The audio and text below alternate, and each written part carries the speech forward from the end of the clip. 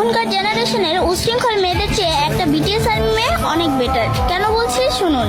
একটা আর্মি মেয়ে 5-7টা just friend রাখে না।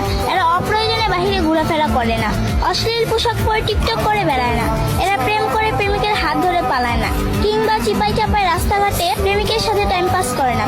এদের এত সময় নেয়, এদের লাইফ জুড়েই বিটিএস। এরা ফ্রি সময়টুকু বিটিএস নিয়ে কাটায়, বিটিএস এর গান স্ট্রিমিং করে কাটায়, তাদের ইমাজিনেশন বিটিএস কে নিয়ে। মন খারাপ হলে এরা বিটিএস এর ফানি ভিডিও দেখে নিজেদের মুড নিজেরা ঠিক করে নেয়।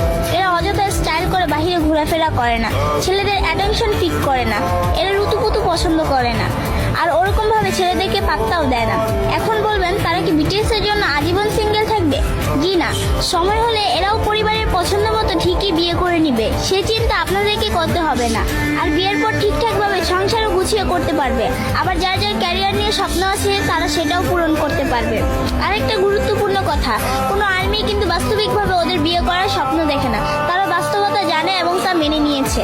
জামাই জামাই বলে এগুলো ফান করে কিংবা অযথা বলে, কিন্তু এরা যথেষ্ট রেসপেক্ট করে তাদের আইডলদের। সবশেষে একটা কথা বলবো, একজন আর্মি জানে কিভাবে সাপোর্ট দিতে হয়, প্রকাশ না করেও ভালোবাসা যায়, একতরফা হলেও কিভাবে প্রায়োরিটি দেওয়া যায়, সারা দুনিয়া বিপক্ষে থাকলেও কিভাবে প্রিয় জিনিস আঁকড়ে ধরতে হয়। আপনি একজন আর্মিকে হেট করতে পারেন, কিন্তু তার পার্সোনালিটিকে আপনার অপছন্দ হবে না।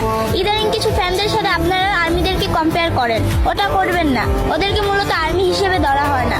আই হোপ বুঝতে পারছেন। ধন্যবাদ।